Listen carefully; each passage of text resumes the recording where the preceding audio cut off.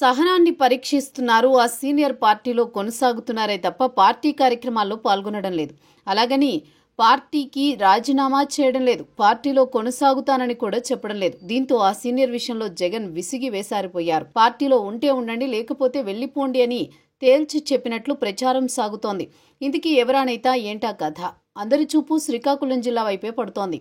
ఆ జిల్లాకు చెందిన మాజీ మంత్రి ధర్మాన విషయంలో జగన్ నిర్ణయానికి వచ్చినట్లు తెలుస్తోంది. ఆది నుంచి వైఎస్ఆర్ కాంగ్రెస్ పార్టీలో ధర్మాన వైఖరి ఎప్పుడూ అనుమానాస్పదమే. అందుకే జగన్ ఆయన విషయంలో అంతిమ నిర్ణయానికి వచ్చినట్టు తెలుస్తోంది. కాంగ్రెస్ పార్టీలో రాజశేఖర్ రెడ్డి అభిమానించే నేతల్లో ధర్మాన ప్రసాదరావు ఒకరు.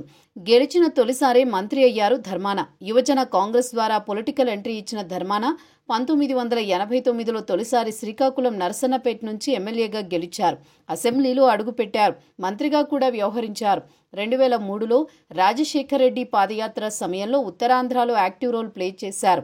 అందుకే 2004లో రాజశేఖర్ రెడ్డి నేతృత్వంలో కాంగ్రెస్ ప్రభుత్వంలో కీలకమైన రెవెన్యూ శాఖను దక్కించుకున్నారు. అయితే అదే 2004లో తన సొంత నియోజకవర్గాన్ని అన్నయ్య కృష్ణదాసుకు ఇచ్చి తాను మాత్రం శ్రీకాకుళం అసెంబ్లీ స్థానానికి మారారు. ఆ ఎన్నికల్లో ఇద్దరు అన్నదమ్ములు గెలిచారు. 2009లో సైతం అదే మాదిరిగా ఫలితాలు వచ్చాయి. కానీ జగన్ వైఎస్ఆర్ కాంగ్రెస్ పార్టీ ఏర్పాటు చేసిన తర్వాత సోదరులు ఇద్దరి మధ్య చీలిక వచ్చింది. కృష్ణదాస్ వైసీపీలోకి వెళ్లారు. అయితే 2014 ఎన్నికలకు ముందు ధర్మాన ప్రసాదరావు వైసీపీ గూటికి వచ్చారు. అయితే జగన్ వైసీపీ ఏర్పాటు చేసిన సమయంలో ధర్మాన తీవ్రస్థాయిలో వ్యాఖ్యలు చేశారు. అనుచితంగా మాట్లాడిన సందర్భాలు కూడా ఉన్నాయి. 2019 ఎన్నికల్లో మాత్రం సోదరులు ఇద్దరూ గెలిచారు. కానీ ధర్మాన ప్రసాదరావు వైఖరి గమనించిన జగన్ ఆయనకు మంత్రి పదవి ఇవ్వలేదు.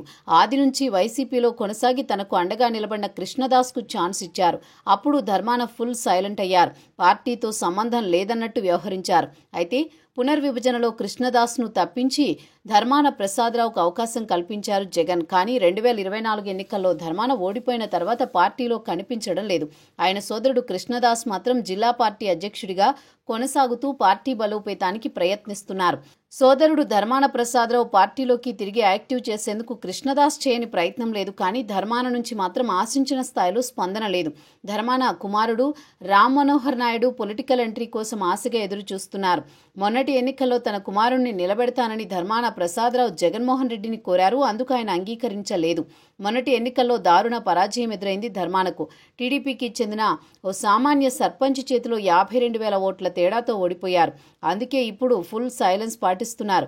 తన కుమారుడి రాజకీయ భవిష్యత్తుకు అండగా నిలిచే పార్టీలోకి వెళ్లాలని భావిస్తున్నారు.